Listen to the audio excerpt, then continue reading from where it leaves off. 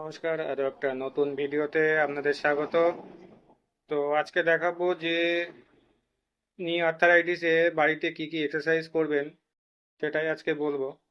তো চলুন শুরু করা যাক কি কি এক্সারসাইজ করবেন নি আর্থারাইটিসের।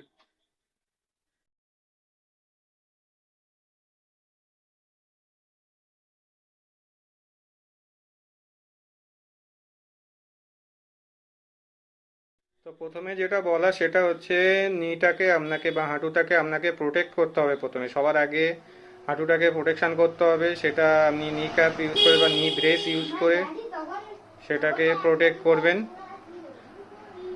আর তারপরে যে এক্সারসাইজগুলো আপনারা করবেন সেগুলো আমি বলে দিচ্ছি, যেগুলো দেখাচ্ছি এই এক্সারসাইজগুলো করবেন। সাথে সাথে দেখবেন যদি নিটা মানে গরম হয় তবে অবশ্যই আপনারা আইস ইউজ করবেন। সাথে একটা কথা বলার আছে, হাঁটু ভাঁজ করে বসা যাবে না। দেখবেন সবসময় যে বাবু হয়ে উবু হয়ে একদমই বসবেন না, হাঁটুটা যাতে স্ট্রেট থাকে সেই দিকে খেয়াল রাখবেন। বাবু হয়ে উবু হয়ে বসা যাবে না। আর একটা জিনিস, যে ওয়েটটা বেশি থাকলে অবশ্যই ওয়েট কমাবেন, তারপরে এক্সারসাইজগুলো করবেন। তো চলুন এক্সারসাইজগুলো দেখুন কি কি এক্সারসাইজ করবেন। তো প্রথমে পাটা খেলে এরকম হাঁটুর তলায় একটা তোয়ালে বা বালিশ দিয়ে হাঁটু দিয়ে প্রেস করতে হবে নিচের দিকে, বেডের দিকটাতে 1 থেকে 10 গুনবেন, 10 টাইম করতে হবে এটা। তারপরে হাঁটুটা ভাঁজ করে গোড়ালি দিয়ে বেডের উপরে চাপ দেবেন একইভাবে 10 গুণে 10 বার। হাঁটু দিয়ে দেখবেন হ্যামস্ট্রিং মাসেলটা টাইট হচ্ছে, তো এটা করতে হবে।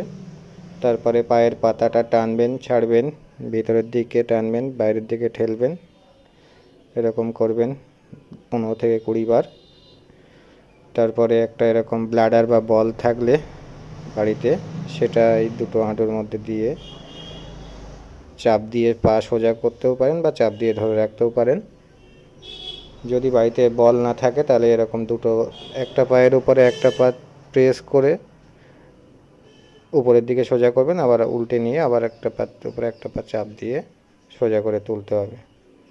তো এই কয়েকটা ব্যায়াম করলেই মোটামুটি হবে। তো ভিডিওটা ভালো লাগলে অবশ্যই লাইক কমেন্ট শেয়ার করবেন, আর সাথে সাথে আমার চ্যানেলটা সাবস্ক্রাইব করবেন।